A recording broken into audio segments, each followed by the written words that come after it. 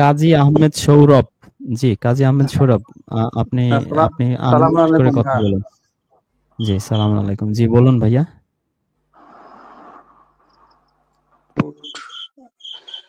না, আমার প্রশ্ন ছিল যে আসলে কোরআন অনুসারে মানে একজন মানুষের ব্যবহারের ক্ষেত্রে আমি সর্বোচ্চ কতটুকু ধৈর্য ধরতে পারি, মানে ধৈর্য ধরার মাত্রাটুকু কতটুকু হইবে, যে মানে যতক্ষণ সু সে সু আমার জি, যতক্ষণ বলেন, মানে যতক্ষণ গায়ে হাত দিলে তো আমি ওই সময় প্রোটেকশন করার অধিকার মনে হয় ইসলাম দিয়েছে, কিন্তু এর আগে গায়ে হাত কতক্ষণ দিলে আমি কি?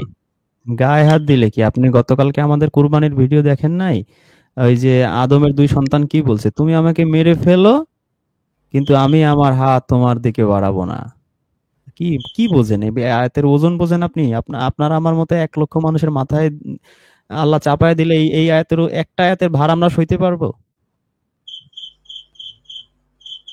যে তুমি আমাকে হত্যা করো, কিন্তু আমি আমার এই হাত তোমার দিকে বাড়াবো না। তাই যে কি সেটা আপন মানে ভাই। বুঝছি না, সামনে সেলফ ডিফেন্স করার কোনো না, ইসলাম কি অনুমতি দেয় নাই? না, সেটা তো দিছে। আমি জাস্ট আপনাকে জাস্ট ওই ধৈর্যের কথা বললেন দেখে আমি সেটা বললাম যে এতটা না, ধৈর্য বুঝছি বুঝছি। রাখতে হবে আর কি, এতটা ধৈর্য রাখতে হবে।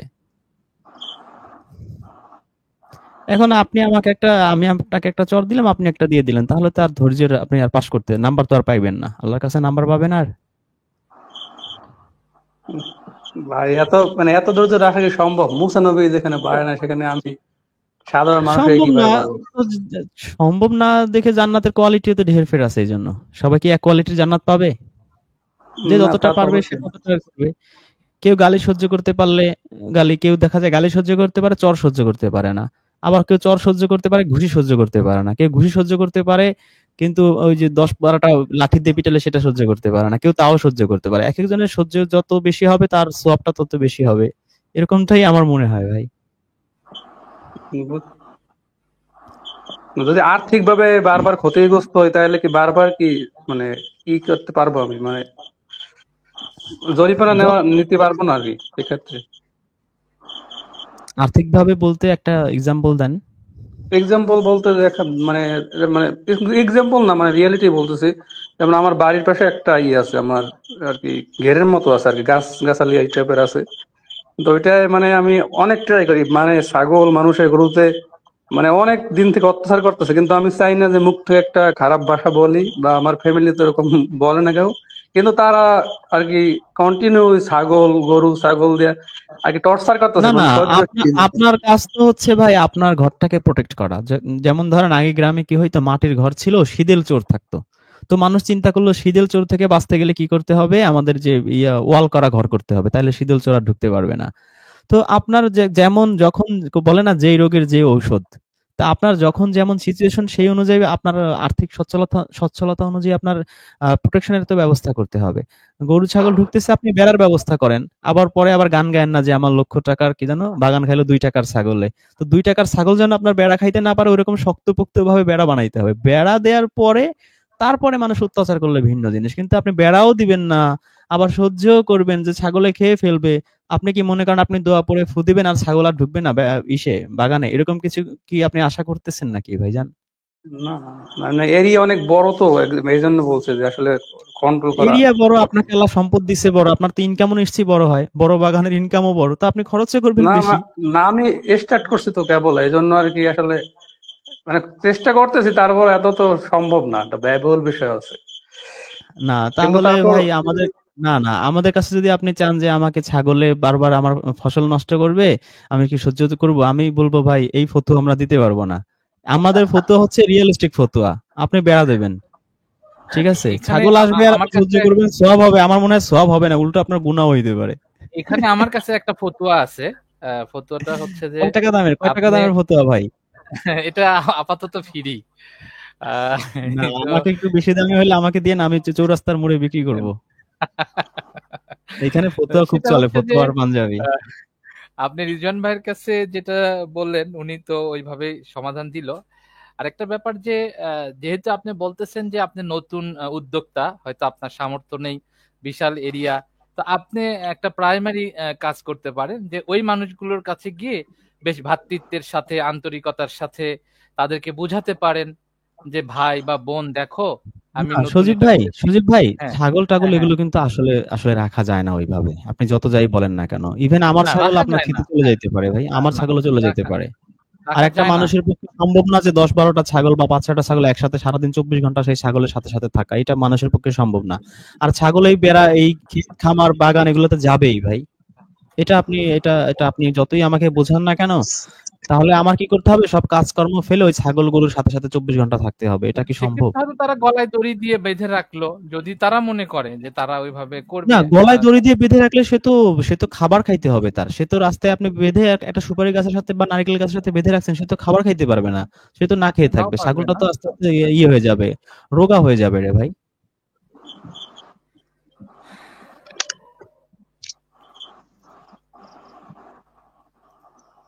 সালামু আলাইকুম। তো ভাই আর জি একটা কথা হৃদয় ছিল, ভাই, ওই মানে হোয়াটসঅ্যাপ গ্রুপে আমি তো প্রথম থেকে ছিলাম, কিন্তু আজকে থেকে রিমুভ রিমুভ করা, মানে কারণটা কি? জি, আমার কিছু জানার দরকার ছিল আপনাদের কাছ থেকে, বলতে পারি? জি জি জি বলেন। বলুন। জি, বলতে গেলে আমাদের পিতামাতা আর কি, আমার পিতামাতা, যে তাদেরকে আমি অনেক দিন যাবৎ ফলো করতেছি, বা তাদের মাধ্যমে আমরা যেভাবে ইসলাম ধর্মটাকে শিখে আসতেছি আর কি। এখন তো বুঝতে পারছি যে তারা এই যে দেওয়ানবাগি মুরাদবাগি তাদের ফান্দে পড়ে গেছে। এখন আমি তাদেরকে ওই পথ থেকে শুধু একমাত্র কোরআনের দিকে কিভাবে আহ্বান করা যায়, যদি কিছু আমাকে জানাইতেন কোরআন দিয়া, তাহলে আমার ভালো হতো। জি আলহামদুলিল্লাহ। আর আপনার প্রথম মেসেজ হয়েছে আপনি নিজে কোরআন পড়বেন, বুঝে অর্থ সহ পড়বেন, আপনার ফ্যামিলি গার্ডিয়ান তাদেরকেও পড়তে বলবেন। যে প্রতিদিন এক একটা সূরা, আপনার বাবা মা ভাই যারা আছে একটু পড়ো, দেখো যে আল্লাহর আদেশ নিষেধ হুকুম কি করছে। যে বর্তমান প্রেক্ষাপটের যে মোল্লা মৌলবীরা যা বলে আর কোরআনে কি আছে একটু পড়ে দেখো। বাবা মাকে বলবেন, ভাই বোনদেরকে বলবেন যে পড়ে দেখো। মানা না মানা তো পরের ব্যাপার, একটু পড়ে দেখো যে আল্লাহ বাংলায় যার তার ভাষায় একটু পড়ে দেখো কি আছে আর বর্তমান সমাজে কি চালু আছে। এইভাবে বুঝাবেন, কোনো জোর জবরদস্তি নাই, কিছু নাই, পড়তে পারবেন, শুধু পড়ো, একটু পড়ো, প্রতিদিন একটা করে পড়ো, 10টা লাইন পড়ো। জি আমি জি একটু যোগ ভাইয়া, করবো তারপরও তারা তো আমাকে জামিল ভাই, আমি জি একটু সজীব যোগ ভাই, জি করতে চাই আপনার কথার জি সঙ্গে। অবশ্যই হৃদয় ভাই, জামিল ভাই অবশ্যই। যেটি বলছে এটি তো অ্যাবসলিউটলি রাইট, এটি তো করবেনই। আরেকটি কাজ করতে হবে, এটা আমাদের সবার ক্ষেত্রে। আমি এখানে বলতেছি হয়তো আয়না স্বরূপ, আমি আমাকেও বলতেছি, আমাদের বাহ্যিক পরিবর্তন আনতে হবে, আমাদের নৈতিকতা বোধের ভিতরে, আমাদের আচরণগত পরিবর্তন আনতে হবে। যখন আপনার ভিতরে একটা ব্যাপক নৈতিক পরিবর্তন আসবে, তখন দেখবেন যে আপনি তারা আপনার প্রতি আকৃষ্ট হবে, আপনার বন্ধু মহল, আপনার প্রতিবেশী, আপনার পিতামাতা, সন্তানাদি সবাই, যে আমার বাবা বা আমার বন্ধু বা আমার ভাই এত পরিবর্তন কিভাবে, যে লোকটাকে আগে ধমক দিয়ে কথা বলতো, রাগারাগি করতো, বাজে আচরণ করতো, সে এত শান্ত হয়ে গেল, সালাম কালাম বিনিময় করতেছে, পাশে দাঁড়াচ্ছে গরিব মানুষের, সহযোগিতা করতেছে, সবার সঙ্গে বিনয়ের সহিত কথা বলতেছে। দেখবেন যে আপনাকে নিয়ে তারা তখন একটা গবেষণায় লিপ্ত হয়ে যাবে, এবং গবেষণায় তারা রেজাল্ট পাবে যে আপনি কোরআন আঁকড়ে ধরেছেন। দেখবেন তারাও আপনার দলে আসবে, আশা করি। এটা আমার ওপিনিয়ন আর কি। জি ভাইয়া, তারপরও আমি চেষ্টা করতেছি কোরআন থেকে, কিন্তু তারাও তো আমাকে মনে করেন কোরআনের অনেক কিছু আয়াত, অনেক সূরার অনেক কিছু আয়াত দিয়া আমাকে বোঝায় যে এইভাবে তাদেরকে, মানে তাদের অনুসারী হতে হবে এই আয়াত দিয়া। কিন্তু আমি তো তারপরেও আমার নিজে থেকে যতটুকু পারি কোরআন থেকে দেখাইছি, কিন্তু তারপরে তো তারা বোঝে না। কিন্তু আপনারা যদি সেই জায়গাতে আমাকে কিছু গাইডলাইন দেন, আমি নোট করে রাখি, পরবর্তীতে, এখন তো মনে করেন চাকরি করি, চাকরি অবস্থান আছি, বাড়িতে গেলে আমি ওই গাইডলাইন দিয়া তাদেরকে অবশ্যই কোরআনের পথে মানে আনতে পারি। আসলে হৃদয় ভাই, গাইডলাইন কখন আপনার সঙ্গে কোন বিষয়ে আচ্ছা জামিল ভাই বলেন, বলেন বড় ভাই বলেন। বলেন বলেন বলেন সজীব ভাই বলেন। আপনি যেটি চাচ্ছেন হৃদয় ভাই, আসলে কখন আপনার সঙ্গে কোন বিষয় নিয়ে কথা হবে, কোন প্রসঙ্গে, কোন কনটেক্সটের উপরে, আমরা তো আর ওইটা বুঝতে পারবো না। তো জামিল ভাই যে কথাটি জি বলেছেন, আমি ওইটা রিপিট করব। আপনি আগে কোরআনকে অনেক ভালো করে বুঝেন, যেন আপনি তাদের প্রশ্নের উত্তরটা আপনি দিতে পারেন নির্দ্বিধায়, আহ অসংকোচ বোধে, দৃঢ়তার সাথে দিতে পারেন। এই যোগ্যতা আপনি আগে অর্জন করে ফেলেন, দেখবেন তাহলে এই যে কনফিউশন, এটা আর আপনার মধ্যে থাকবে না। হ্যাঁ, এই জন্য জামিল জি ভাইয়ের সঙ্গে ভাইয়া। আমি একমত ওই জায়গাটা, যে আপনি দৃঢ়ভাবে আপনাকে নিয়ত করেন যে ঠিক আছে আমি আগে কোরআন নিজের ভেতরে সেইভাবে আমি আগে করব, এই ডাটাগুলো ইনস্টল করে নিব আমার মেমোরিতে, এরপরে আমি তোমাদের সঙ্গে উঠে পড়ে লাগবো তখন। এখন আপনি জি করতে ভাইয়া, গেলে যে তারপর মনে হবে যে এটা রিজন ভাইয়ের কাছ থেকে জেনে আসি, তারপরে দাঁড়াও তোমাদেরকে উত্তর দিব, জামিল ভাইয়ের কাছ থেকে জেনে আসি কালকে পরশু উত্তর দিব, এইরকম মনে হবে তা না হলে। না না, ঠিক আছে ভাইয়া। তারপর ওই যে আপনার জামিল ভাই, আমার একটা ভিডিও দেখছিলাম, উনি বলছে যে যে আমল নিয়ে কিছু কথা বলছিল, একমাত্র আমল নষ্ট হয়ে হৃদয় যায় ভাই, এই কারণে হৃদয় ভাই, সূরা ফুরকানের হৃদয় ভাই, 23 নম্বর আয়াত হৃদয় দিয়ে ভাই, দলিল দিছে, তারপরে এই আল এই হাজ্জের যে যে হৃদয় ভাই, আমলের দলিল দিছে। জি শোনেন, আপনি আপনি কোরআনের পথে আসার আগে, আপনি যখন হাদিসে ছিলেন বা সুন্নিতে ছিলেন, জি আপনার জি মাথায় কি কি ধরনের প্রশ্ন আসতো? এটা ভাববেন। আপনার মাথায় কি কি ধরনের প্রশ্ন আসতো? তার উত্তরগুলা কি কি? এগুলো আপনি রেডি করবেন। কারণ যে হাদিসের পথে আছে, তখন আপনার প্রশ্নগুলো মিলে যাবে যে না, আমি হাদিসের পথে থাকলে আমাকে কি কি ধরনের প্রশ্ন করতো। তখনই আপনি সেই উত্তরগুলো রেডি করে রাখবেন। তখন দেখবেন আপনার কাছে সহজ হবে। মানে আগে নিজেকে হাদিসওয়ালা হিসেবে নিজেকে সেট আপ করেন। তারপর আপনি ভাবেন যে আমি হাদিসের পথে আছি, আমি কেন কোরআন মানবো? নতুন একটা মানুষের মাথা তাহলে এই ধরনের প্রশ্নই আসতে পারে। সেগুলো আপনি রেডি করেন। তাহলে মনে হয় আপনার জন্য বেটার হবে। জি ভাইয়া, ধন্যবাদ। জি ভাই, আপনি প্রশ্ন করুন। আমরা আমরা তো প্রচলিত মুসলমান, হানাফি মাযহাবের। আর আমি নিজে আলিয়া মাদ্রাসাতে পড়ছি, এখন মিডল ইস্টে আছি। তো আপনাদের লাইভ মাঝে মধ্যে শোনা হয়, আপনার কথাবার্তা ভালোই লাগে। তো একটা প্রশ্ন হলো যে ইসলামী কোরআন শরীফে খাতনার ব্যাপারে কি কিছু বলা আছে? যদি মনে হয় কিছু না করেন। না, না, না। কুরআনে খাতনার ব্যাপারে কিছু বলা নেই। বরঞ্চ সূরা ৩ এ বলা আছে, ইন্নাল ইনসানা লিরাব্বিহি লাকানুদ। আল্লাহ মানুষকে খুব সুন্দরতম অবয়বে সৃষ্টি করেছেন। সুতরাং আল্লাহ যদি মানুষকে সুন্দরতম ভাবে সৃষ্টি করে থাকেন, এটা যদি আল্লাহ দাবি করে থাকেন, তা আর আমরা যদি ভেবে থাকি যে না, আল্লাহ সুন্দর করে নাই, একটু ঘাটতি ছিল, একটু চামড়া কেটে ফেললে পুরোপুরি সুন্দর হবে, তাহলে তো আমরা এই আয়াতটাকে অস্বীকার করলাম। একটু আগে আপনি শুনছেন যে আল্লামা জাস্টিস ভাই বলছে যে, যে একটা আয়াত অস্বীকার করে সে কাফের হয়ে যায়। তো আমার মনে হয় যে এই আয়াতটা যদি আমরা সূরা ৩ এর সেই ইন্নাল ইনসানা লিরাব্বিহি লাকানুদ এই আয়াতের আলোকে চিন্তা করি, আমার মনে হয় যে আমরা অনেক প্রশ্নের উত্তর পেয়ে যাব। তাহলে তো আরেকটা যুক্তি খারাইতে পারে যে এখানে আমরা তো হাদিস পড়ছি, কোন হাদিসে তো উল্লেখ নাই যে নবী মহানদের খাতনা হয়েছে। তো ওই ওই যুক্তি তো ধরা যায় যে উনি যেহেতু খাতনা হয় নাই, তাইলে আমরা কেন হবে? দেখি না, যৌক্তিক না আমি অযৌক্তিক। আমি তো হাদিস ভাই বিশ্বাস করি না ভাই। আপনি করলে সেইভাবে আপনি না, চিন্তা করতে পারেন। আমি যেহেতু করি না, না, আমি এটা ওদিকে শুধু যাব কেন? আমরা তো পড়ছি, আমরা বলার জন্য বললাম আর কি। না, আপনি জন্য ওইটা বল। দিয়ে বললে হাদিসে এরকম আছে যে ইব্রাহিম নবী খাতনা করছিল, এরকম আছে আমি যতদূর জানি। তখন আপনি হ্যাঁ ধরা হ্যাঁ খেয়ে হ্যাঁ। যাবেন। আরেকটা প্রশ্ন কি করবো ভাই? জি, নিশ্চয়ই। এই যে কোরআন শরীফের সূরা ফাতিহা প্রথম সূরা, তারপর সূরা ইখলাস হলো শেষ সূরা। এই না, নাম্বারিং নাস গুলা আসলে কিভাবে নাস আসলো? নাস নাস শেষ সূরা। জি জি জি, নাস শেষ সূরা, নাস, সরি।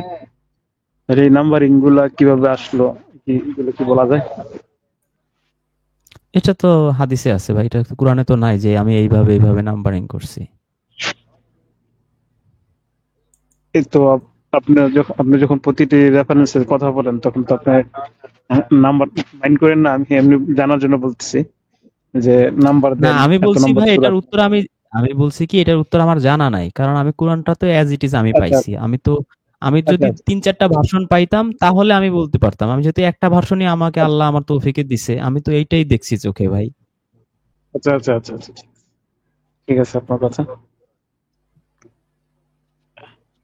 তারপরে ইসলামিক ইতিহাস কি জানার দরকার আছে, না শুধু কোরআনে জানা যথেষ্ট?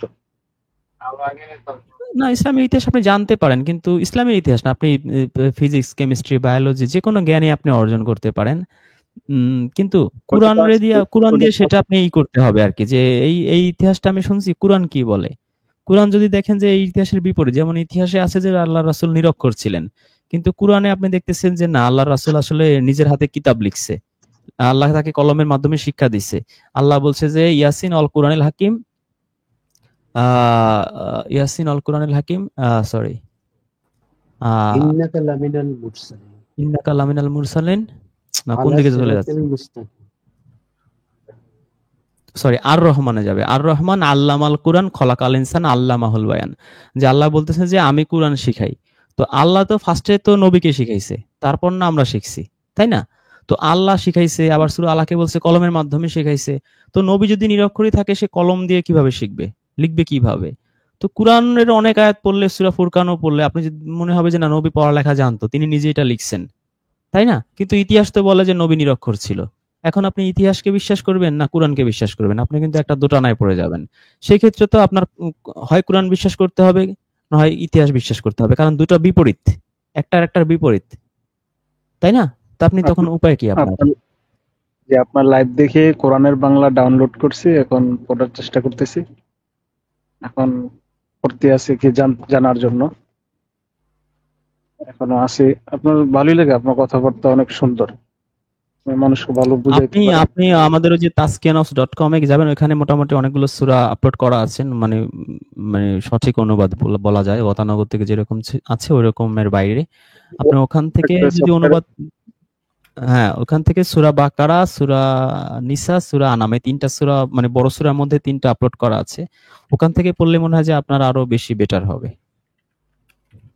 আচ্ছা, আরেকটা প্রশ্ন ভাই, যে জালিকাল কিতাবুল লা রাইবা ফীহ, আসলে এটা তো আয়াত জি, হিসেবে নাজিল হয়েছে না পুরোটাই কিতাব? মানে প্রসেসটা কি ছিল এটা আসলে? এটা তো ভাই ওখানে বলা নাই যে প্রসেসটা কি ছিল। আপনি আপনি বারবার হাদিসের দিকে নিতে চাচ্ছেন মনে হয় আমারে। না না না না না, সরি সরি, যদি হাদিসের নীতিতে তাহলে আমি দুঃখিত, কিন্তু একটা জিনিস আয়াত আর কিতাব, এই পার্থক্যটা কি বোঝা যায় না, ওটা বলতেছি স্যার। না আয়াত আর কিতাব তো বোঝাই যায়। আপনি বাংলা বই 6 এর বা 3 এর এখানে লেখা আছে আমাদের ছোট নদী চলে বাঁকে বাঁকে বৈশাখ মাসে তার হাঁটু জল থাকে। তো এখানে দুইটা আয়াত, কিন্তু ওটা তো বাংলা বইয়ের মধ্যে দুইটা আয়াত, তাই না? আগে আয়াত হয়েছে তাহলে এটা তারপরে কিতাব হয়েছে, এটা কি এরকম জিনিসটা? কিতাবের মধ্যে আয়াত থাকে, বইয়ের মধ্যে লেখা থাকে। লেখার মধ্যে তো আর বই থাকে না, লেখার মধ্যে বই থাকে না, বইয়ের মধ্যে লেখা থাকে। মেমোরি কার্ড কি মোবাইলের বইয়ের মধ্যে মধ্যে থাকে, না মেমোরি কার্ডের মধ্যে মোবাইল থাকে? মোবাইলের মধ্যে মেমরি কার্ড থাকে, এটা এক্সটার্নাল হ্যাঁ, থাকে। মোবাইলের মধ্যে মেমোরি কার্ড থাকে, র্যাম থাকে, রোম থাকে, আইসিইউ থাকে, না, অনেক কিছুই থাকে, তাই না? ক্যামেরা থাকে, বাটন থাকে, কিবোর্ড থাকে। জি ভাই, যখন একটা তাহলে খালি কাগজের মধ্যে একটা লাইন লেখা হয় তখন একটা লাইন, যখন পুরো হুম পাতা হুম হুম লেখা হয় তখন একটা পুরো পাতা, তখন কয়েকটা রাইট। পাতা মিললে তারপর একটা বই। ওই যে বলে না, একটা কবিতা পড়েন নাই, বিন্দু বিন্দু বালুকণা, ছোট ছোট বালুকণা বিন্দু বিন্দু জল গড়ে তোলে মহাদেশ সাগর অতল। তো অনেক জল মিলিত একটা সাগর হয়, অনেক বালুকণা মিলিত একটা মহাদেশ হয়। তেমনি অনেকগুলো আয়াত যখন মিলিত আমরা একটা বই হয় বা কিতাব হয়, তাই যখন না? আমরা বলবো, যখন আমরা পড়বো তখন একটা আয়াত, আর যখন পুরাটা পড়বো তখন একটা কিতাব, তাই তো? না আমরা যখন পড়বো তখন এটা কুরআন। কুরআন পড়াকে জি বলে জি পড়াকে বা ইংরেজিতে বলে রিডিং, আর আরবিতে বলে কুরআন আর কি। পড়লে কুরআন, না পড়লে ওইটা কুরআন না, না পড়লে ওইটা ওই ওই লেখা লিখিত আছে। যখন পড়তেছি তখন এটা কুরআন হচ্ছে।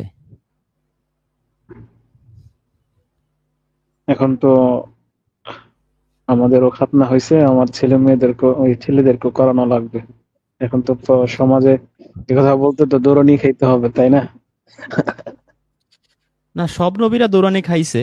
নবীদেরকে না আপনি প্রায় যদি নবীদের কাহিনী পড়ে আপনার পড়েন, আপনি দেখবেন যে নবীদেরকে পাথর মেরে হত্যা করতে চাইছে। তা বলতে গেলে প্রায় প্রত্যেক কম পাথর মেরে হত্যা করতে চাইছে। ছেলেকে তো যদি আপনাকে তো দৌড়ানি যদি দেয় আপনি তো বেঁচে গেছেন। নবীদেরকে তো পাথর মেরে হত্যা করতে, ইভেন অনেক নবীদের মেরে ফেলছে। আমি বলতে চাচ্ছিলাম যে আপনার ছেলেকে যদি আপনি খতনা করান তাহলে কিন্তু আপনার শয়তানের ফলোয়ার হয়ে যাবেন। খতনার হ্যাঁ হ্যাঁ নির্দেশ হ্যাঁ হ্যাঁ, আর কেউ দেয় না। ওই আয়াতটা একটু বলেন আল্লামা জাস্টিস ভাই, যে শয়তান হচ্ছে কর্ণচ্ছেদন করবে। আয়াতটা আমি ভুলে গেছি। আচ্ছা রেজন ভাই, যে আপনি বললেন যে নবী রাসূলদেরকে পাথর মারা হয়েছিল, ওইটাও কি কোরআনের মধ্যে আছে, তাই না? না আরে হাদিসে না বাকারাতেই তো ইতিহাসে? পাবেন। বাকারাতে আল্লাহ ওই যে বনী ইসরাইলদের বলছে যে তবে তোমরা কেন আচ্ছা, একের পর এক নবীদেরকে হত্যা করেছিলে। সূরা বাকারাতেই আছে এই আয়াত। আরেকটা বিষয় ঘটকা, ওইটা হলো যে কার কার অনুবাদটা বিশুদ্ধ, বা কার তাফসির বাদে দিলাম, যে অনুবাদটা আল বায়ান অনুবাদ ফাউন্ডেশন।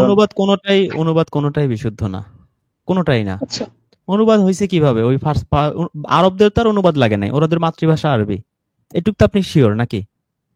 জি জি।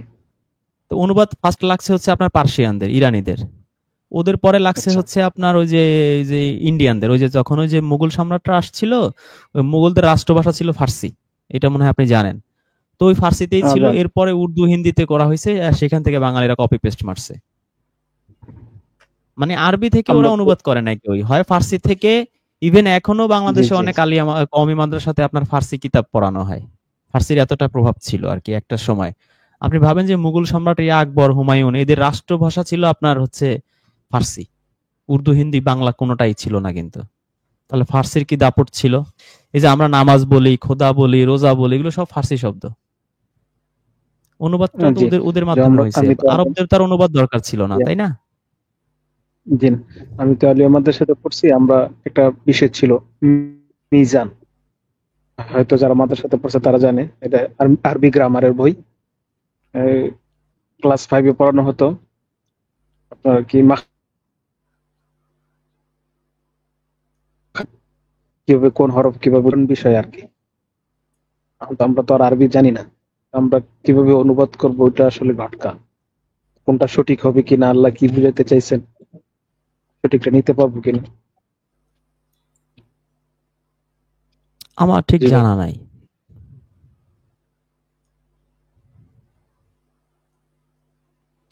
গ্রামার তো পরে, তাহলে নিজে আপনি মনে করেন যে বাংলাদেশের 9-10-এ বাংলা ব্যাকরণ পড়ানো হয়, তাই না? তো বাংলাদেশে তো জি, কোটি কোটি মানুষ আছে যারা জীবনে স্কুলে যায় না কিন্তু বাংলা ভাষায় কথা বলতে পারে, এটাকে আপনি কিভাবে জি, ব্যাখ্যা করবেন? বাংলা ভাষায় অবশ্যই কথা বলতে অবশ্যই। প্রকৃতি, প্রত্যয়, সমাস, কারক, সন্ধি, বিচ্ছেদ জানা লাগে, নাকি না জানলেও বাংলা ভাষায় কথা বলা যায় এবং খুব বেশ অনেক ভাষায় ভালোভাবেই কথা বলা বলা যায়, যায়, বলেন তো? যে ভালোভাবে বলা যায়, কিন্তু তারপরও একটা অনেক শব্দ আছে কিন্তু আমরা বুঝতে পারি না, কিন্তু অন্যজনের কাছে বোঝা লাগে, ঠিক তাই নয় না, কি? আপনি আপনি আপনি যখন কথা বলবেন না, আপনার কথা বলার সময় কি আপনি ব্যাকরণ খেয়াল করেন? আপনি সন্ধিটা ঠিক মতো না না, বলছেন কিনা, আপনি প্রকৃতি অবশ্যই প্রত্যয় অবশ্যই ঠিক মতো ব্যবহার করছেন কিনা, এটা কিন্তু পৃথিবীর কেউই খেয়াল করে না। না। করে? একটা বিষয় জি, আরেকটা বিষয় হলো রেজন ভাই, যে চেয়ারের বাংলা কিন্তু আমরা অনেকেই জানি না, কিন্তু পড়াশোনা জানার পরে বুঝলাম যে কেদারা। জি। ঠিক আছে, তারপরে কি আমরা তারপরে আমরা কি দ্বারা ব্যবহার করি? না না ব্যবহার করি না। তারপর জানালার তো বাংলা জানি না, তারপরও জানি বাতায়ন না। আমরা এখন শিখছি আপনি বাতায়ন। আপনি আপনি বাংলা ভাষায় কথা বলতে পারবেন না। বাংলা ভাষায় 10-15টা শব্দের বেশি আপনি এখন বলতেও পারবেন না। আপনাকে যদি আমি চ্যালেঞ্জ দেই, আপনি 20টা বাংলা শব্দ বলেন, অবশ্যই। আপনি 20টা শব্দ জি জি বলতে পারবেন অবশ্যই। না। ঢেকি, কুলা, ভাষা ডিঙ্গি, জিনিসটা নৌকা, ডাগর, ডবর, ডাব, এরকম 7-8টা বলার পরে দেখবেন আপনার বাংলা ভাষার শব্দ শেষ। এরপরে আপনার বলতে হবে হয় ইংরেজি, না হয় আরবি, না হয় ফার্সি, না হয় উর্দু, না হয় পর্তুগিজ, এইভাবে। বাংলা কিন্তু ওইরকম আরবির মতো কোনো মৌলিক ভাষা না। বাংলা হচ্ছে একটা সংকর ভাষা, মানে অনেক শব্দ মিলে মিলে একটা ভাষা তৈরি হয়েছে। যে মিশ্রণ মিশ্রণ এটা যে কোনো হ্যাঁ, ভাষার উর্দু মিশ্রণ। হিন্দি, উর্দু হিন্দি তো হিন্দিও তাই। যে এটা জলের ধারার মতো, স্রোতের মতো, ভাষা পরিবর্তন হয়, ভাষা নতুন ভাষা হয়, ভাষা স্টেবল থাকে না। না না, আমি মৌলিক শব্দের কথা বলছি, আমি মনে হয় আপনাকে বুঝাইতে পারতেছি না বিষয়টা। জি আমি মৌলিক শব্দের কথা বলছি। জি যেমন আরবিতে অনেক মৌলিক শব্দ আছে যেগুলো অন্য ভাষায় পাওয়া যায় না, কিন্তু বাংলা ভাষায় ওরকম জি। মৌলিক শব্দের সংখ্যা খুবই কম।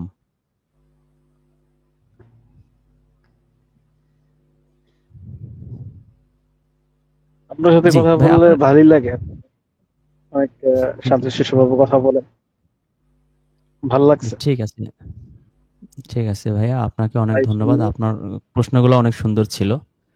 আচ্ছা, আপনার আপনার নাম যেন কি বললেন? আমার নাম, জি, আসল নাম বলবো? আপনার ইচ্ছা, আপনার যদি কল্লা হারানোর ভয় থাকে তাহলে বলার দরকার নাই। না, পরে এক সময় যখন আপনার সাথে কথা চলতে তখন পরিচয় দেবেন, সমস্যা নেই। ঠিক আছে। মাঝে মধ্যে যুক্ত করবেন তো, তাই না? জি, ইনশাল্লাহ, যদি ফাঁকা থাকে আর কি। অবশ্যই, যখন ফাঁকা থাকবো তখনই তো আসবো স্যার। ঠিক আছে, অনেক ওকে ধন্যবাদ ভাই আমাদের সাথে সংযুক্ত হওয়ার জন্য। ভালো থাকবেন। আচ্ছা, আমাদের সাথে আর আছে কি পিকি লোরা, ফয়সাল খান, এটা কি আরশাদ? জি আরশাদ, আপনি কিছু বলবেন? আচ্ছা রিদওয়ান ভাই, আমি একটা স্ক্রিন শেয়ার দিছি আপনাকে, স্ক্রিনটা ও দেখায় আমি বের হয়ে যাব। আচ্ছা, এটা এটা কোন আয়াত? হ্যাঁ, এটা দেখেন, কোন আয়াত এটা?